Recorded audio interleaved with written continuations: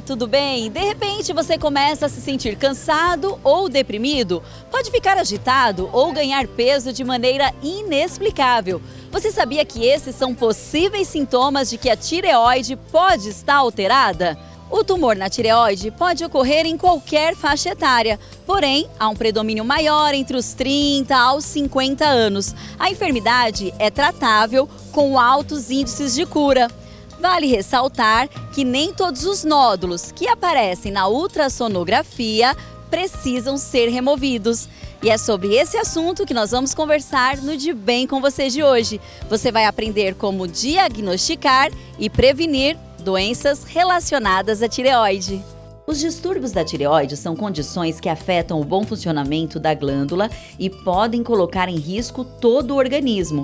Foi logo depois da maternidade que a advogada Ana Maria percebeu que o organismo não estava trabalhando muito bem. Mas aí, quando eu engravidei, eu engordei apenas 9 quilos da gestação. Então foi perfeita, assim, foi uma gestação tranquila, perfeita, sem problemas. Eu imaginei que quando meu filho nascesse eu perderia os 9 quilos. Mas para minha surpresa, eu percebi que depois do parto eu mantive um peso além da conta. E aí fui observando que ao invés de emagrecer, eu estava engordando. Eu cheguei a 10 quilos mais do que antes da gravidez. E quando eu procurei um médico, para fazer essa verificação, ele me encaminhou ao endocrinologista. E o endocrinologista descobriu que eu estava, então, com distúrbio da tireoide, chamado de hipotireoidismo. Ana Maria sempre foi muito cuidadosa com a saúde, porém, um descuido com a rotina de exames resultou no aumento de um nódulo na tireoide. Houve uma época da minha vida que eu assumi muitos compromissos de trabalho, eu me ativei demais na profissão e em outras questões que me tomaram muito tempo e com isso negligenciei na saúde.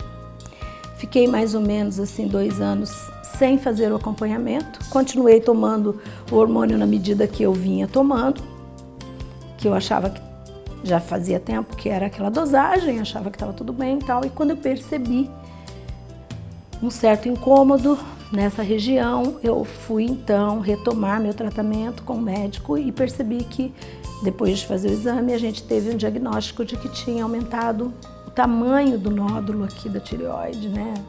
E com isso fomos fazer uma biópsia e descobrimos que era câncer de tireoide. Qualquer suspeita de problemas ligados à tireoide, é bom procurar um endocrinologista. Após uma avaliação clínica, o especialista deve solicitar alguns exames, para que assim possa diagnosticar o quadro e definir o tratamento mais adequado. Depois da cirurgia, nenhum efeito colateral. A única lembrança que me ficou foi essa cicatriz aqui, que às vezes me incomoda um pouco. Mas, graças a Deus, nenhum problema. Continuo fazendo o acompanhamento médico hoje com um pouco mais de cuidado, né? Jamais vou negligenciar de novo. Então, cuidar da saúde é fundamental mesmo. E eu digo, para quem tem um distúrbio de tireoide, é um problema dos males o menor na vida de uma pessoa, sabe? Eu tenho certeza que só o acompanhamento médico e cuidado no tratamento, né? Levar a sério o tratamento, vai assim minimizar muito os riscos e os problemas que a pessoa possa ter. Final feliz para Ana Maria, que descobriu o câncer na tireoide, operou, fez o tratamento certinho e está esbanjando saúde. A glândula da tireoide fica localizada na parte frontal do interior do pescoço e tem um formato parecido com uma borboleta. Um problema nessa glândula pode afetar todo o nosso organismo. Para entender um pouquinho mais sobre o funcionamento da tireoide, recebemos no estúdio a endocrinologista Mariana Reis Murim. Mariana, muito obrigada, aceitou o nosso convite. Eu que agradeço o convite, Gisele. Ótimo. Mariana, para a gente começar, a gente tem aqui uma imagem, vamos ver se... Matheus, por favor, olha lá, da tireoide. Realmente ela tem um formato parecido com uma borboleta? Sim. Ela fica aqui nessa região anterior do pescoço, embaixo do pomo de Adão, né? Nessa região. Sim, e todo mundo tem, né? Homens, mulheres, né? Porque... É pra ter, é uma glândula que, como você já mencionou, vai mexer com todo o funcionamento do nosso organismo. Ótimo, a gente já nasce com ela. Exatamente. Perfeito. E quais são os primeiros sinais que a gente pode perceber que algo não está legal com essa glândula? De uma maneira geral, os sintomas que têm relação com a tireoide são sintomas que a gente fala muito inespecíficos. Então, pode haver um quadro de cansaço, sonolência, a pele ficar mais ressecada, queda de cabelo, unhas quebradiças, mudar o nosso ritmo intestinal, né? Uma constipação intestinal ou um aceleramento do trânsito intestinal, alguns sintomas cardiológicos, como palpitações, taquicardia. Além da questão da sonolência, pode haver insônia também, que aí vai depender se a gente tem excesso ou falta dos hormônios da tireoide. Tá certo. E qual que é a principal função dessa glândula, doutora? A tireoide vai produzir os hormônios T3 e T4. T3 é a triiodotironina e o T4 a tiroxina. E esses hormônios, eles vão agir, como a gente já falou, no nosso organismo como um todo. Temos receptores no coração, no nosso sistema nervoso, receptores no fígado, nos nossos rins, enfim. A tireoide realmente mexe com o nosso metabolismo, nosso sistema muscular e vai ter função importante no nosso organismo inteiro. Quais são os principais distúrbios da tireoide? A gente ouve falar em alguns distúrbios da tireoide. Quais são? Principalmente o hipotireoidismo, que é quando a glândula produz poucos hormônios. O hipertireoidismo, que seria o oposto, quando os hormônios estão em excesso. Temos também os nódulos de tireoide, que daí podem ser nódulos benignos ou nódulos malignos, e até câncer de tireoide, além de inflamações na glândula da tireoide, como tireoidites, enfim. Muito importante entender, então, o funcionamento dessa glândula que parece pequena, insignificante, mas mexe com o organismo inteiro. Depois do intervalo, a gente conversa mais um pouquinho sobre esse assunto. Não sai daí!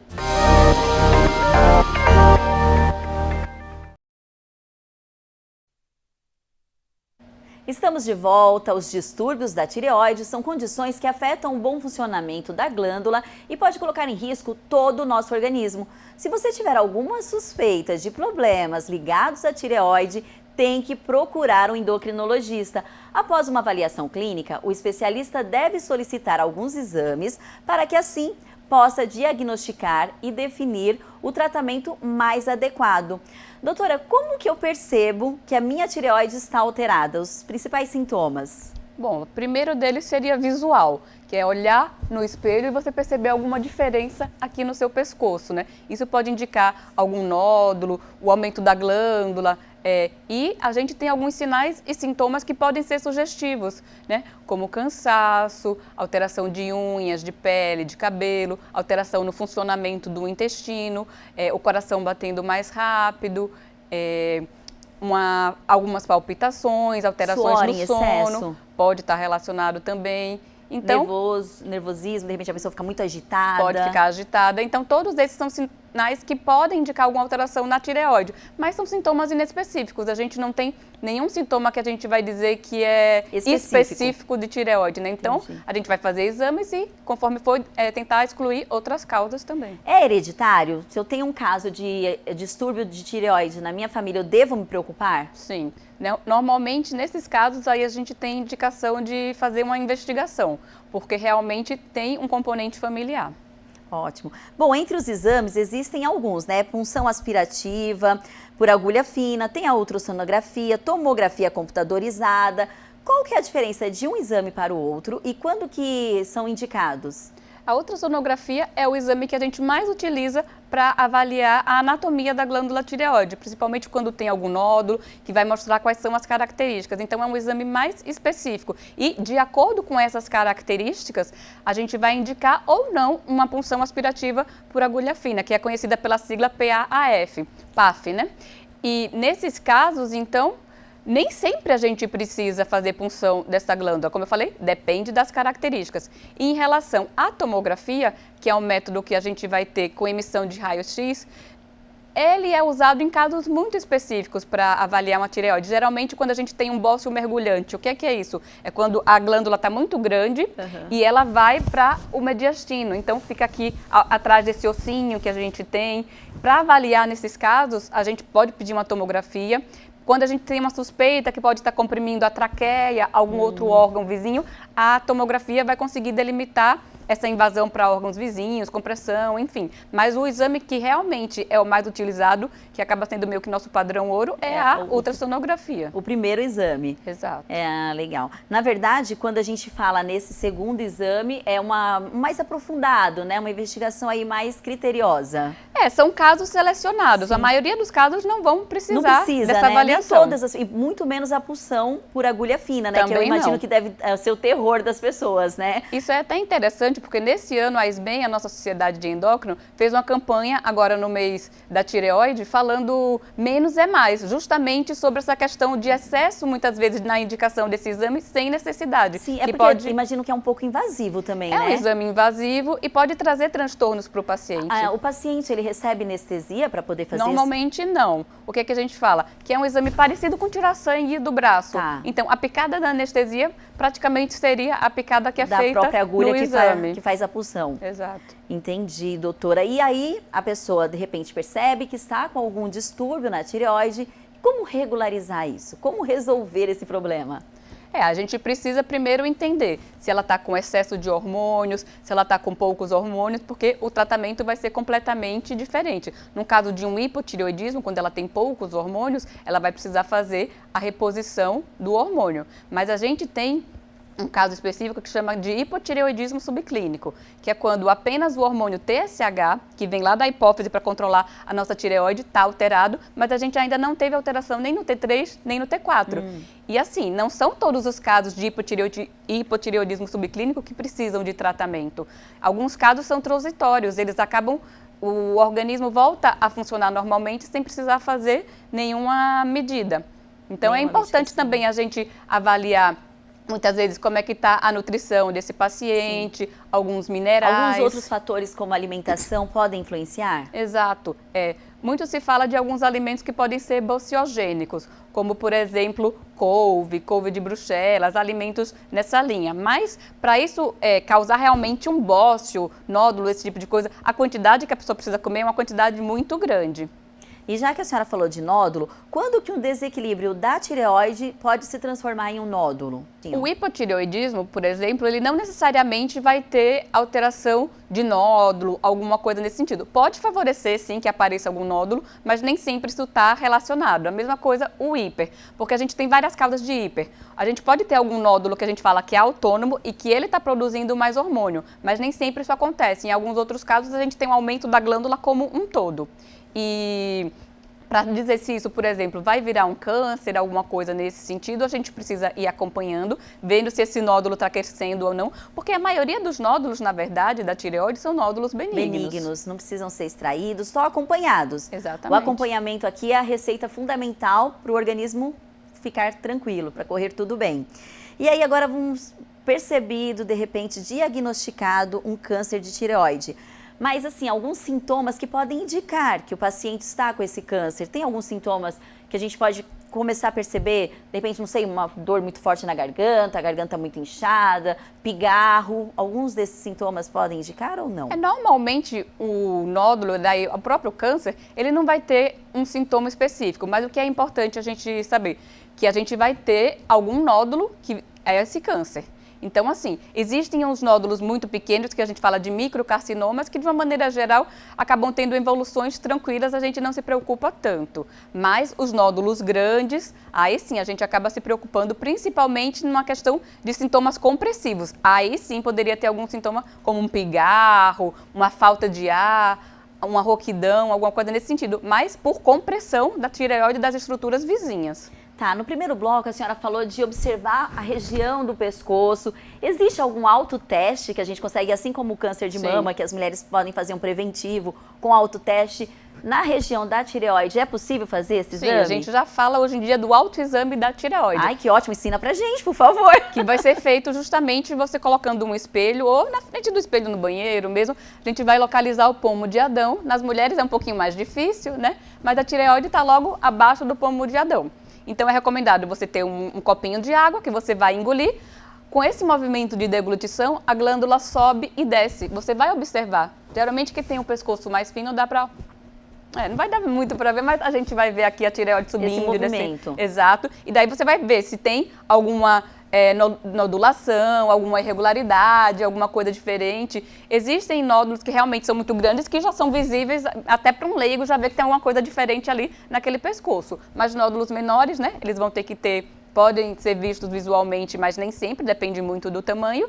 E você pode até tentar palpar, mas de uma maneira geral é mais a questão visual. Se tiver alguma suspeita, procurar um médico endocrinologista que vai avaliar esse pescoço direitinho. Além da inspeção visual, ele vai palpar para ver se ele sente algum nódulo. É o que a gente repete sempre aqui, né? Procura o especialista. Qualquer dúvida, qualquer sinal de que algo não vai bem, corre para o médico. Nós voltamos daqui a pouquinho com mais informações sobre distúrbios da tireoide. Não sai daí.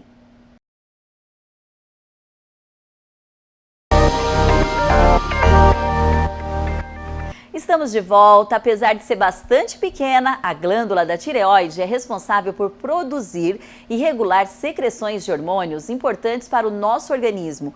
Os hormônios da tireoide são fundamentais para garantir o crescimento e o desenvolvimento adequado da criança, o bom funcionamento do organismo adulto. Eles também controlam o nosso metabolismo, são fundamentais para o sistema cardiovascular e até para a cognição.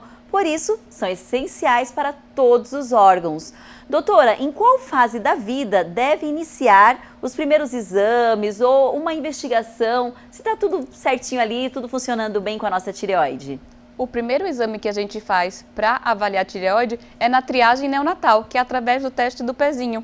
Porque a gente consegue... Com os recém-nascidos. Exato. A gente consegue detectar o hipotireoidismo congênito através desse exame. Como eu falei, é um exame de triagem. Se houver alguma alteração, exames serão repetidos. Mas é super importante fazer essa triagem neonatal, porque o hipotireoidismo congênito é uma causa de retardo mental que é evitável. Poxa, e aí depois, fez ali no hospital, a criança vai para casa com o pediatra, o próprio pediatra já pede alguns exames, assim, começa na idade da criança, depois vai para a fase de adolescente, adulto. Nos indivíduos assintomáticos, ou seja, aqueles que não têm nenhum sintoma, a gente vai recomendar a partir dos 35 anos começar a fazer essa triagem, isso a cada 5 anos. Apesar de que isso, na literatura médica, em relação às sociedades, é um pouco controverso. Tem outras sociedades que recomendam a partir apenas dos 60 anos.